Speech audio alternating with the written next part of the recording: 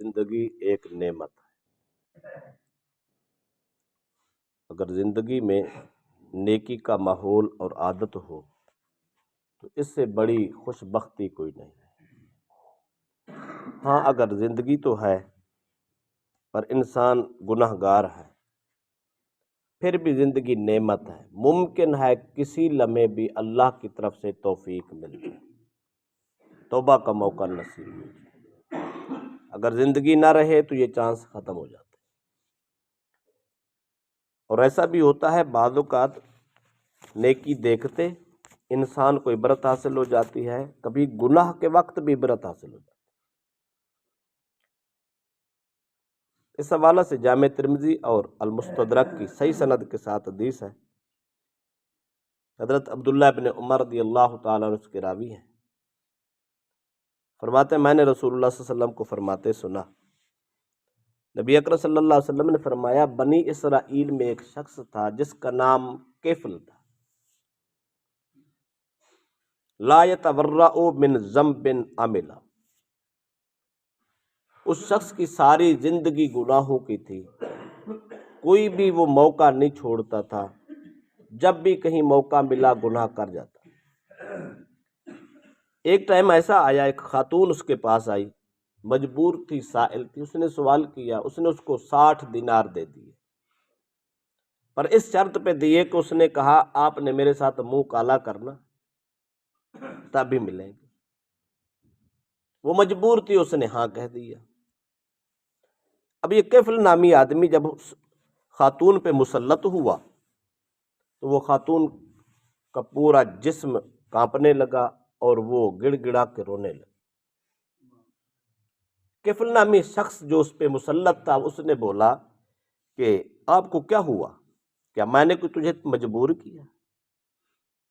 میں نے تو آپ کو صلح ماری، آپ نے ہاں کر دی، تو آپ روتی کیوں؟ وہ خاتون بولی، اس نے کہا بات اصل میں یہ ہے لأن ھذا عمل ما عملتہ، ساری زندگی میں نے یہ فعل نہیں کیا، میری پوری زندگی زنا سے پاک، میں نے کبھی ایسا نہیں کیا، لیکن آج یہ وقت آ گیا وما حملنی علیہ الا الحاجہ، مجھے میری مجبوریوں نے یہاں تک لایا۔ تو کفل نامی شخص سوچنے پہ مجبور ہوا یہ کیا عجیب بات۔ پھر اس سے پوچھتا اچھا بتا تجھے کیا محسوس ہو رہا ہے؟ کہہ رہی ہیں مجھے اللہ کا خوف آ رہا کہ میری زندگی میں زنا، اور میں آج اتنی گر گئی، اتنی مجبور ہو گئی حالات سے کہ مجھے یہ قدم بھی اٹھانا پڑا، میں اپنے رب کو کیا منہ دکھاؤں گا۔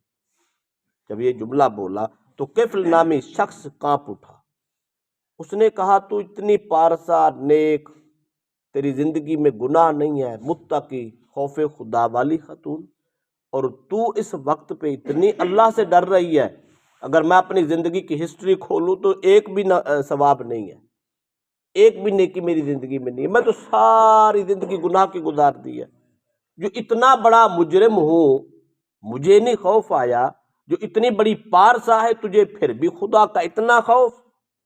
اس نے کہا میں نے جو تجھے 60 دینار دیے ہیں یہ بھی تجھے معاف کرتا ہوں، عزت بھی تجھے معاف کرتا ہوں۔ اب وہ خاتون اٹھ کے چلی گئی۔ اتفاق ایسا ہوا اس شخص نے اس خوف خدا میں باقی وقت گزارا، جب شام ہوئی تو رب کی طرف سے پیغام آیا فمات فی لیلتہ، اسی رات کفل نامی شخص مر گیا۔ فاصبح مکتوب علی بابہ ان اللہ قد غفر للکفل،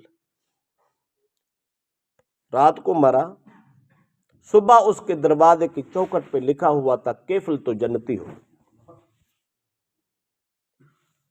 جب یہ لکھا دیکھا لوگوں نے تو فعجب الناس من ذالک، لوگ حیران رہ گئے کہ یہ شخص کیسا تھا اور جنتی کیسے ہو گیا۔ اور یہ حقیقت تھی کہ اس زمانے میں جو لوگ اچھا کام کرتے یا کسی کی توبہ قبول ہوتی تو اس کے دروازے پہ لکھ دیا جاتا، اللہ کی قدرت سے لکھ دیا جاتا، اور ان کو یقین ہو جاتا تو فیصلہ تو ہو گیا۔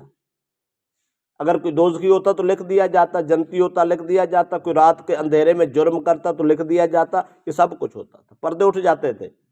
ہم پر تو اللہ کا کرم ہے رات کو جو دل چاہے منہ کالا کرے، نہ چوکھٹ پہ لکھا جاتا نہ پیشانی پہ لکھا جاتا، بلکہ اللہ پھر بھی پردے ڈال دیتا ہے۔ وہ کہتا ہے نا منہ والے کا منہ ہے، اللہ فرماتا ہے یہ میرے محبوب کی عزت کا ہے، صدقہ ہے، میں نے اس امت کے پردے رکھ دیے ہیں، پردے اٹھائے نہیں ہیں۔ لیکن پہلی امتوں کے پردے اٹھ جاتے ہیں، تو اس کے دروازے پہ لکھ دیا کہ یہ جنتی ہے۔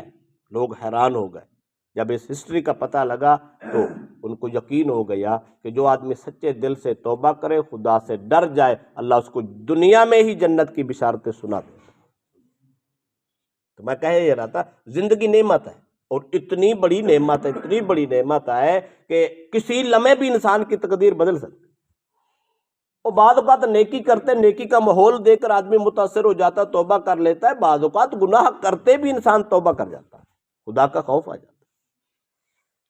جناب ابو ہریرہ رضی اللہ تعالیٰ عنہ راوی ہے، فرماتے رسول اللہ صلی اللہ علیہ وسلم نے فرمایا ایک شخص ایسا تھا کہ اس نے ساری زندگی نیک عمل نہ کیا، حتیٰ کہ اس کی موت کا وقت آ پہنچا۔ جب موت کا وقت آیا تو اس نے اپنے بچوں کو بلایا اور ان سے کہنے لگا کہ اذا انا مت فاحرقونی ثم اطحنونی ثم ذرونی فی الریح، کہنے لگا بیٹو بات سنو، میرا وقت اخیر آ گیا ہے، میں دنیا سے جانے لگا ہوں، جب میں مر جاؤں مجھے آگ میں رکھ کے جلانا، اور میری ہڈیاں اور میری وہ جو خاک ہو اس کو پیس کر یہ ہوا میں اڑا دے۔